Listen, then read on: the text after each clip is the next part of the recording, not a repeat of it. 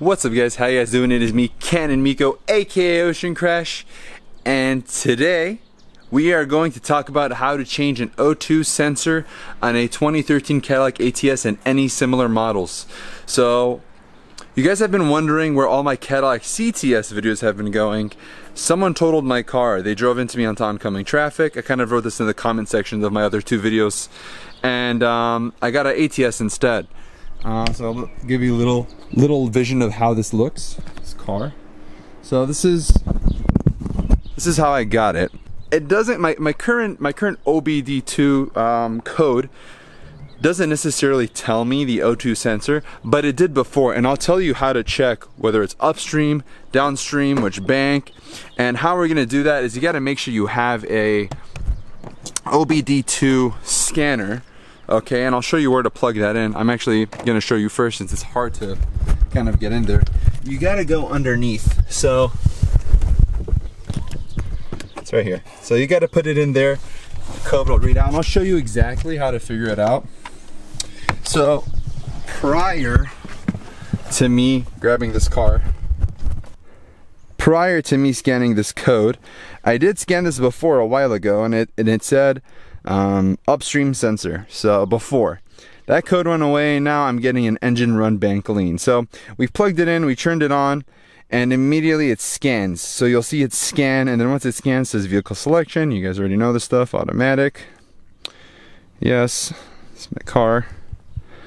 And then immediately you'll see fuel trim system lean. Now actually before this was worse. It was stored, temporary, and permanent. So I had P0171, 3 codes for P0171. So that it just went to 1 now. And 3 ways I know that it's my O2 sensor. 1, when your O2 sensor is going bad, there's 2 things that can happen. Two causes actually, rather, for engine idling.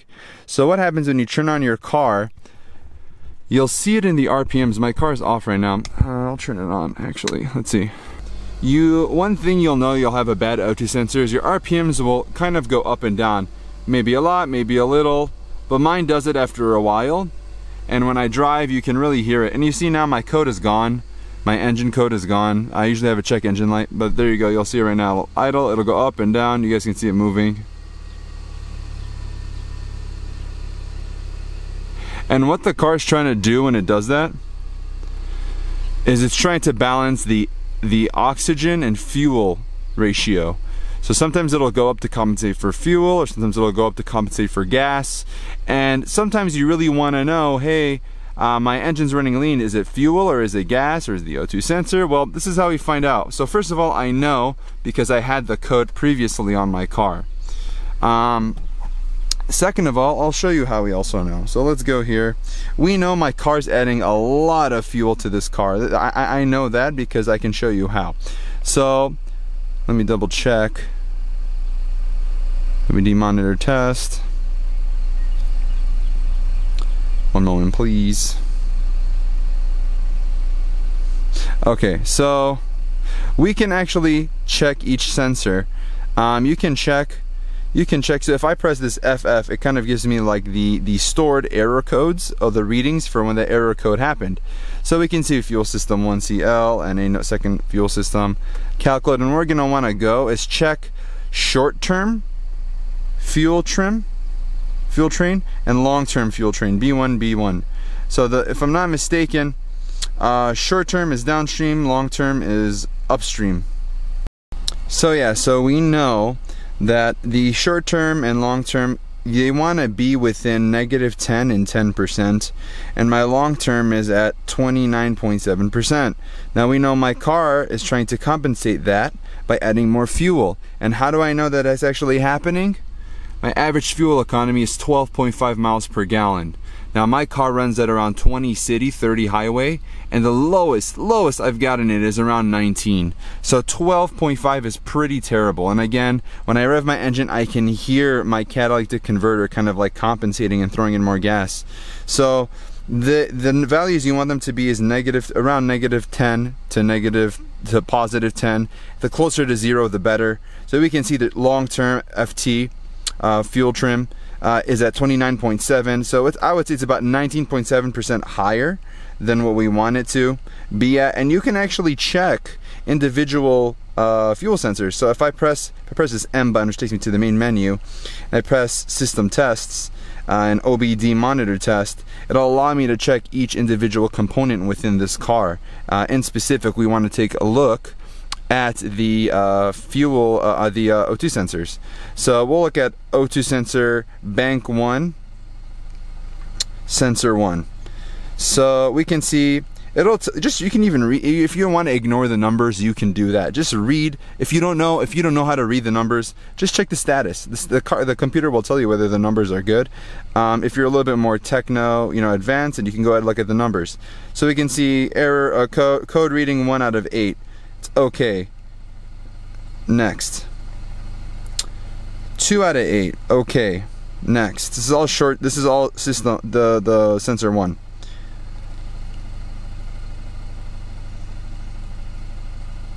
Status okay. Next. Okay. Next. Okay, so we can see we're getting good okay messages here. This is the short term one. This is the sensor 1. Status high. Okay, so we got our first message here. We got a high status right now on sensor 1. Next. High. Again, high on sensor 1. Okay, now let's go back. Let's check sensor 2 now. I'm going to turn off my car so it's not hot when I work on it. And we're going to go to sensor 2. Status okay. Status okay. Status okay. Status okay. Status okay. Status okay. So we know it's not sensor 2. We know it's not the downstream. It's the upstream. So sensor 1 seems to be giving us some issues. We can even take a look at some other things like the catalyst, or you can look at the Cadillac OEM Advanced. I think it's because I turned off the car.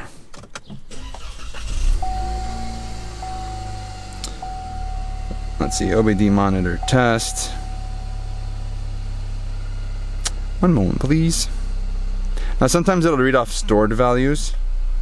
Catalyst bank 1, status okay. So our catalyst is fine. Bank 1, bridge flow. We can check the O2 heater monitors.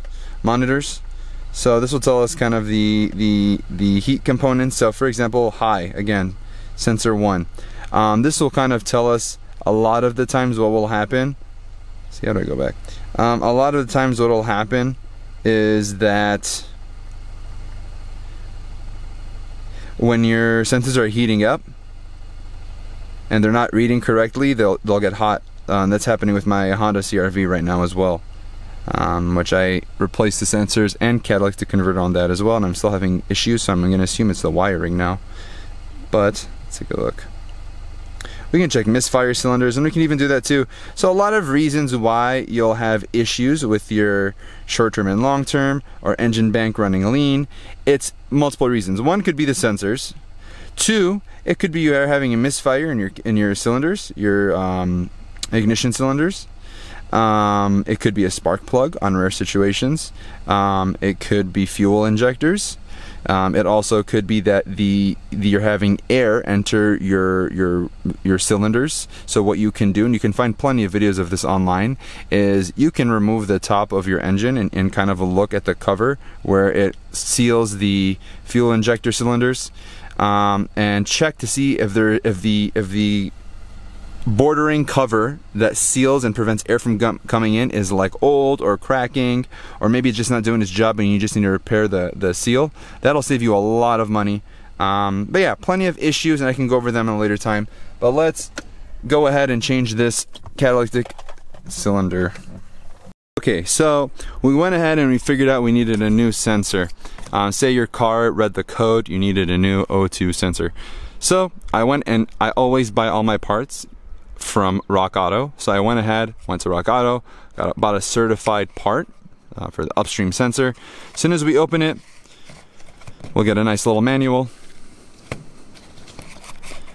and we'll get the O2 sensor and nothing else in the box.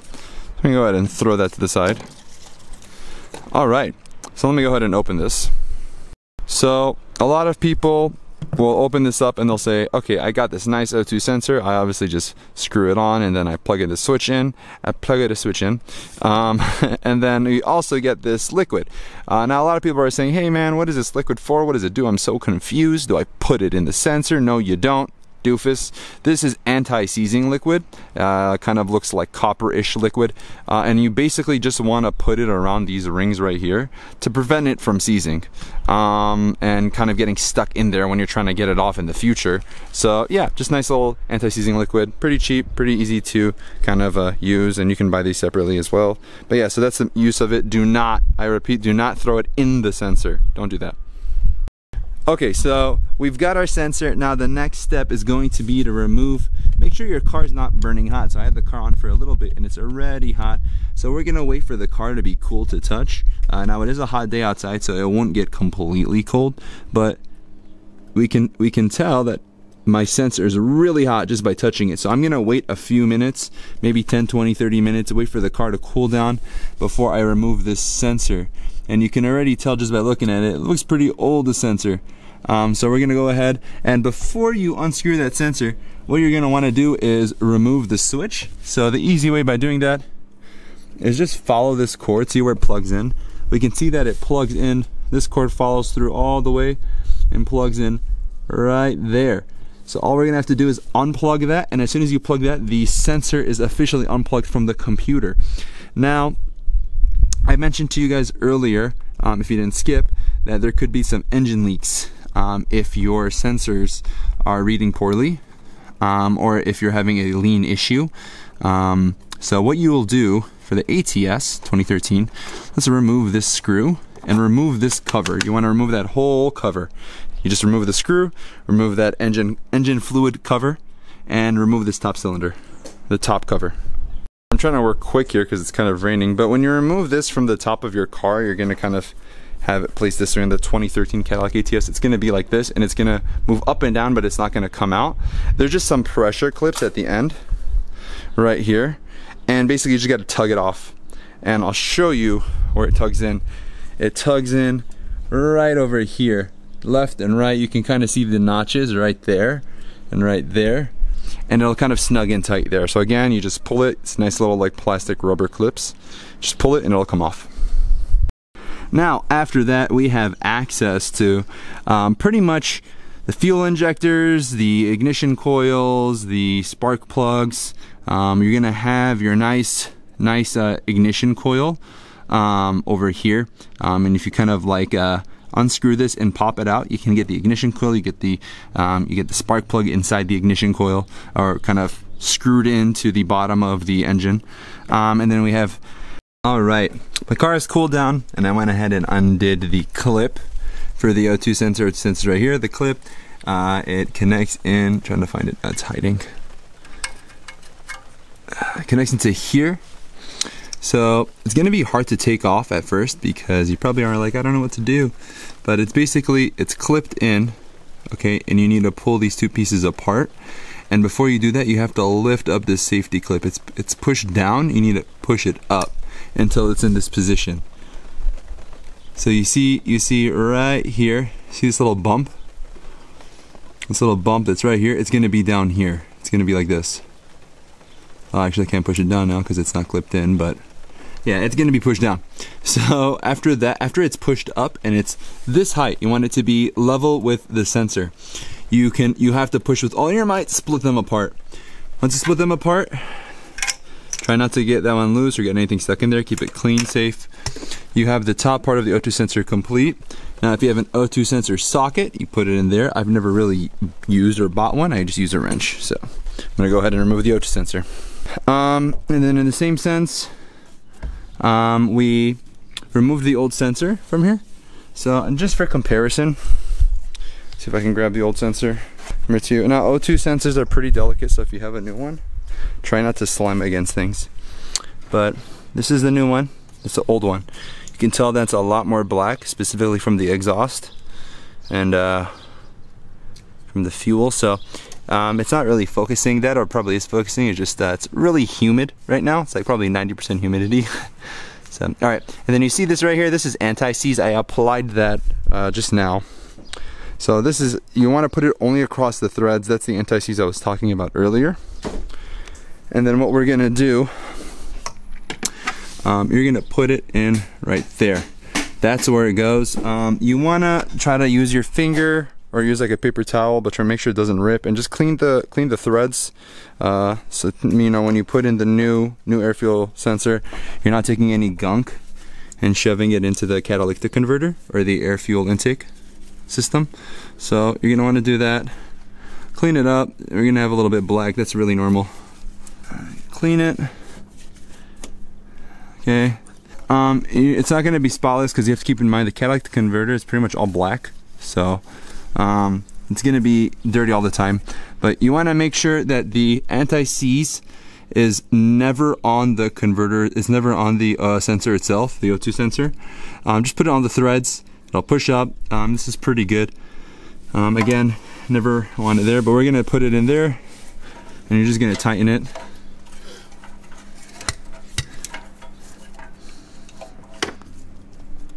All right, and then I went ahead and tightened it in. And as I was in AutoZone, I did actually go ahead and buy the sock, because I was like, why not? I work on cars a lot, might as well, instead of trying to manually force things. So I went ahead and got one. I mean, I would recommend not buying from AutoZone, just buying online, stronger quality things. They all use pretty much a brand called OEM. It's not actually OEM, just a brand called OEM. But yeah, so I went ahead and tightened it on and put in the anti-seize again. And then I plugged these switches back in. After I did that, I locked the safety by pushing it down. Now there's a clip here, and you guys can kind of see it like right there. You can turn it, this thing right here, and basically this locks into that, and it kind of just keeps the connectors there. So you kind of want to trying to do it on the camera, but it's pretty hard to do. So you want to get the grooves in, and it kind of just like snaps in there, and it holds it in there. So I kind of got it halfway in, but you can see how it just holds it in there. So you're just gonna push it in. But yeah, you lock that in. I'm gonna put these clips, they kind of stick on to these sockets here. So keeping my eye on the other one, you really can't see it unless you lift it up like this. So you can kind of see, I'll show you in a second, kind of see how they are there. That one right there, and that one right there. Push down and slide in. Now before we do that, don't forget, you need to remove this engine valve. After that, seal that up, and you have officially changed your O2 sensor. Now, I actually don't know the protocol on how to purge it and kind of get the car ready and reset the readings. I'm not sure if it does automatically. Maybe you have to reset the OBD2 sensor codes. I'm gonna do that, drive it around, see how the car feels, fix that hose. I'm assuming that hose is gonna do a lot of change. Same thing with that. So, anyways guys, thank you for tuning in. I hope you guys enjoyed the video on how to change the O2 upstream sensor, downstream. If you lift the car up, it's right underneath here under the catalytic converter. Kind of, I showed you in the beginning of the video, but hope you guys enjoyed it. 2013 Cadillac ATS 2.0 turbo engine. Again, thank you so much for tuning in. Till later, till next time. Bye.